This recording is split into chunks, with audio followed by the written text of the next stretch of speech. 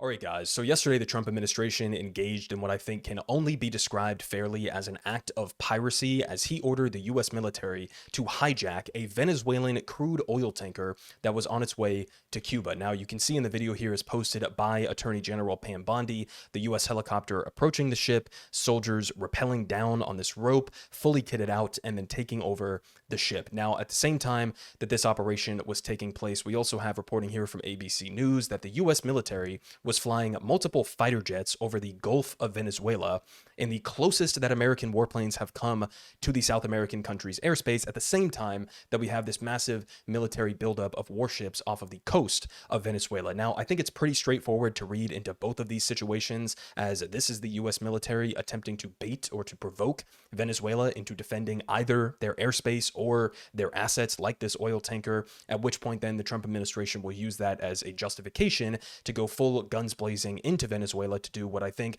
we all know is their real end goal here, which is a regime change war to overthrow the Maduro government. Now, we got a couple different Trump clips here on this matter that I wanted to show you guys. So let's go ahead and jump in to this first one. Well, thank you very much. It's been an interesting day from the standpoint of news. As you probably know, we've just seized a tanker on the coast of Venezuela, a large tanker, very large. Largest one ever seized, actually. And other things are happening, so. Very informative, I guess, sir.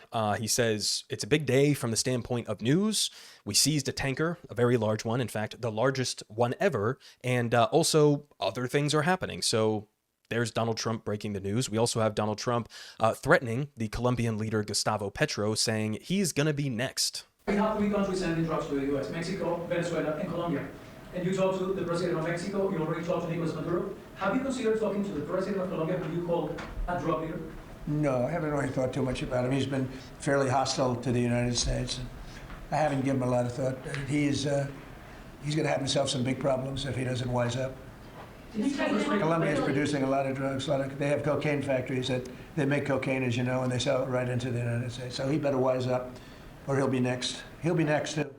So he says he will be next. Now, it's important to remind ourselves that what we're seeing right now in Venezuela, the build up to a regime change war, the blowing up of ships off of the coast of Venezuela, this has nothing to do with drugs or narco-terrorism or whatever else they're trying to claim that it is. That's sort of just a pretext. Keep in mind, with the boats that we've been blowing up, including the double tap war crime that we saw from Pete Hegseth, they have not demonstrated with any sort of verifiable evidence or proof that, number one, these boats have any drugs on them whatsoever. In fact, we know in multiple instances that they were just fishermen that they blew up. And they also haven't demonstrated that even if they did have drugs on them, that they were coming to the United States of America. And as Rand Paul pointed out, lots of these dingy little boats that were blowing out of the water would have to make like 20 stops to refuel on their way to the United States if they were coming up here at all. So this has nothing to do with drugs, and it has everything to do with resources, as I think is made ever more clear with the outright seizing and stealing of an oil tanker from Venezuela. Now,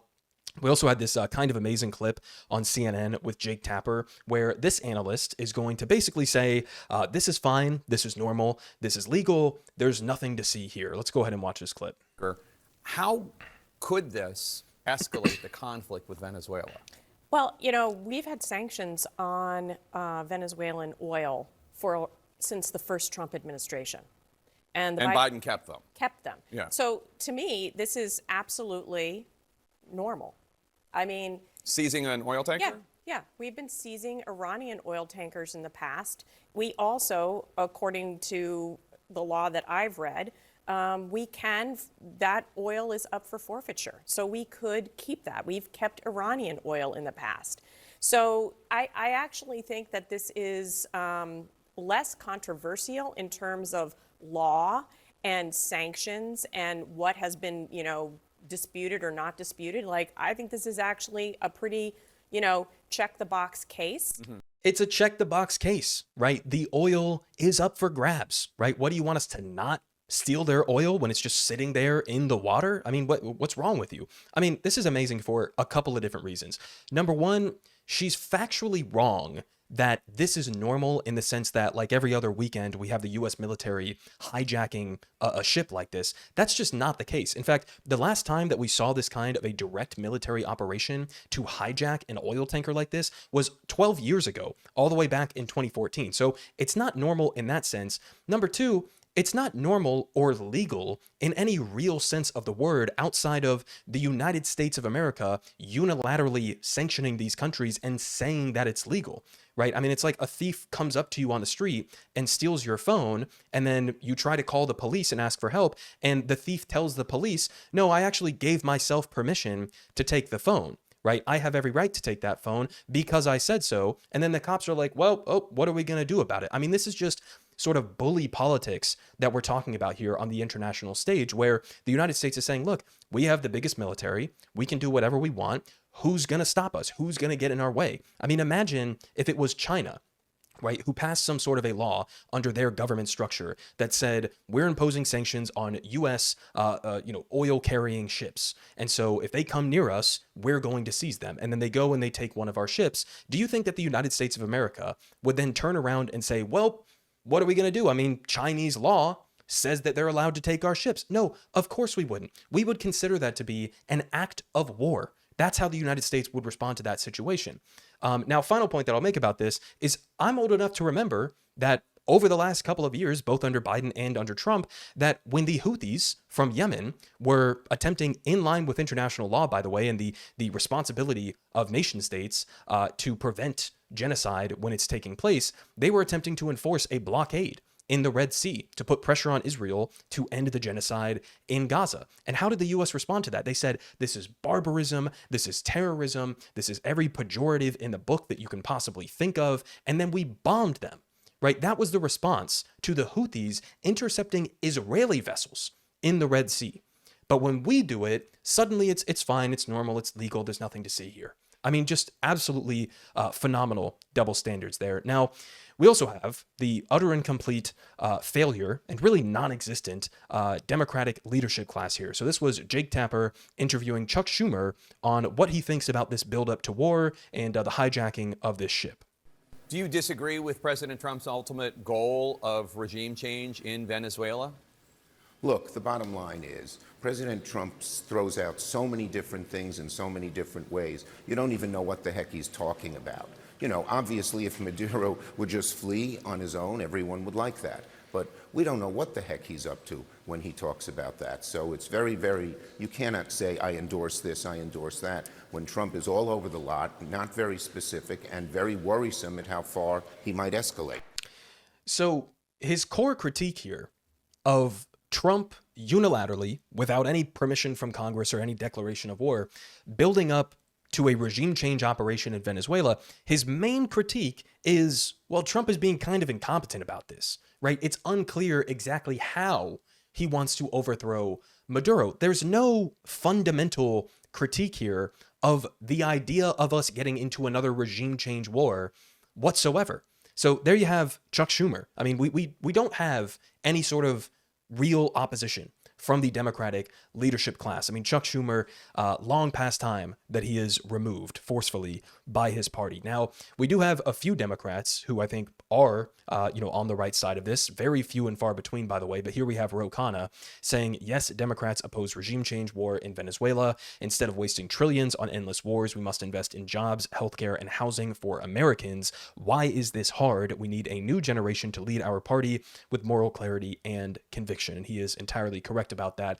Also wanted to give some credit to Senator Chris Van Hollen, who seems to be like one of the only, maybe a handful of Democratic senators who's doing anything about anything. And here he says, as Trump continues to manufacture a cover story for armed conflict with Venezuela, I'm calling on Congress to block him from using taxpayer dollars to launch a regime change war. And he posted a corresponding video. So credit to Ro Khanna and Chris Van Hollen, some of the very few Democrats who are making this a central focus. I mean, again, it seems like we just sort of been blindly sleepwalking into this kind of a war that we've known Trump has been pushing for weeks, if not months at this point. Now, we also have a couple interesting clips from the conservative side of the spectrum here that I wanted to finish off with. First, we have Marco Rubio here, essentially pushing the Monroe Doctrine, that anything that involves the Western Hemisphere, the North American continent, the South American continent, is basically our backyard. We get to play around and do whatever we want. So let's go ahead and watch this clip here. You know, it's interesting. If an aircraft carrier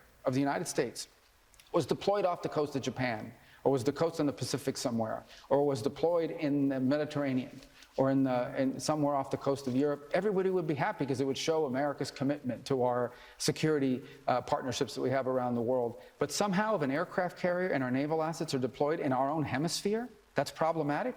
I would say that if you're focused on America and America first, you start with your own hemisphere where we live. What happens here, I'm not saying things that are happening halfway around the world are not important. I'm saying what happens in our hemisphere impacts us faster and more deeply than something that's happening halfway around the world. So, like, if you're an America firster, right, if you bought in to Trump's America first line, his argument that we don't need to be getting involved in all of these unnecessary overseas wars and regime change operations or whatever, are you not just utterly insulted that, number one, Marco Rubio is in Trump's administration in the first place? I mean, a full-blown neocon that we're talking about here. But number two, that he's now trying to make the case that America first doesn't actually mean looking after American citizens. It doesn't actually mean we're not going to engage in regime change wars or unnecessary wars overseas. It really means that we are just going to take, like, the failed war on terror and move it over here and do the regime change operations in our own backyard, because really America first means the entire Western Hemisphere. I mean, that's literally what he's arguing here. Now, it's also kind of amazing because, listen, like, if you want to use the Monroe Doctrine, right, and you want to argue about spheres of influence for major geopolitical powers, he's making that case for the United States of America. But it's interesting when you think about it in other situations around the world, right? Because at the same time that he's laying claim to the entire Western Hemisphere for the United States of America to play around and do whatever the fuck we want in, you know, we're also continuing with essentially a proxy war in Ukraine against Russia. If you were to apply the same logic, and I'm not saying I agree with this logic, but if you were to apply his logic to Russia, for example, then you would say, well, Ukraine is in, Russia's backyard. That's their sphere of influence as a major global power, right? Same thing with Taiwan, who were threatening to go to war with China over if they were to fully take over Taiwan, right? That's right off the coast of mainland China. Right? Would he say, oh, well, that's in China's sphere of influence. What the fuck do we have to do about it? They can do what we want. No, of course not. This only applies to the United States of America. And really, it's not even accurate to say that this is just the Monroe Doctrine and the U.S. saying we own the Western Hemisphere, because really the U.S. views the entire world as under our sphere of influence. Any country on the face of the planet that does not fall in line with our geopolitical aims, with our economic aims, you are directly in our line of fire. That's how this shit works and has worked for decades and decades and decades. It just so happens that now we seem to be aiming a little bit more at Venezuela than, in the Middle East directly. Now, we continue here with a final clip of Jesse Waters. And this is, one of the most interesting clips that I've seen in a very long time, because if you didn't know that this was Jesse Waters, like if I were to say almost word for word what Jesse Waters says in this clip, you guys would interpret it as a strong critique of the Trump administration. But Jesse is saying the same thing as, I guess, a praise of the Trump administration. I mean, this is, again, just saying the quiet part out loud here as if it's a positive. Let's go ahead and watch this clip. They've seen the video. Yeah. And they went in there saying it was a war crime, and then they left saying, So the story's over. This is such a bigger story. This Coke boat thing's the appetizer. Trump just said expect land strikes in Latin America. Trump just said Maduro's days are numbered, and then he said Mexico and Colombia better watch out. We just had 2 U.S. jets violate Venezuelan airspace, and we're seizing oil tankers off their coast. This is much bigger than one strike against a vessel. This is a huge change in American foreign policy. We are the biggest superpower of the world, and we can project enormous power all over the world, but we don't do it in our own hemisphere. And as of now, that has changed. This is now a goal to dominate Latin America. They have mineral wealth. They have oil wealth. And we have Russia and China screwing around there. And the cartels are so out of control that it's causing mass migration into the United States, which brings guns, it brings drugs, and it lowers American wages. So it is connected to the economy, and it's connected to power politics. And this is just the beginning. I expect next year we're going to be talking about war down there. Right. Okay, I mean, again, just kind of saying the quiet part out loud here. Now, first things first, kind of amazing that he's arguing that, the drug war or the, drug cartels are causing mass migration to the United States, as if a full-blown regime change war wouldn't be incredibly destabilizing and probably result, or almost definitely result, in a mass influx of migrants trying to flee a war that we just started in the region. But putting that aside, again, he says the quiet part out loud here. He says, this is now a goal to dominate Latin America. They have mineral wealth. They have oil wealth. We're gonna take it. Like, again, you could almost take word for word everything that he said in this video. The U.S. threatening Mexico and Colombia and Venezuela. We're violating their airspace. You could take everything that he just said, and it would be a leftist critique of the Trump administration, but he's just changing that into a praise of the Trump administration. I mean, it's absolutely phenomenal stuff there from Jesse Waters. Incredible. So I'll leave you guys off with that. That's all I have for now. I mean, again, it seems inevitable at this point that we're heading for some sort of either a direct invasion or a regime change operation in whatever form that may take place. We know that the CIA is operating inside of Venezuela. We've now escalated to seizing some of their ships. We're violating their airspace. We're continuing to build up off of the coast with our warships. So this is where we're at, guys. Republican president gets elected, cuts taxes for billionaires, cuts social programs for the poor, and now we're going to start another war over oil. So I guess what else is new? Politic guy has the best politics.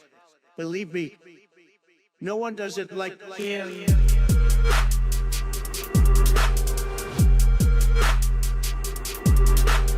Believe me, everyone is saying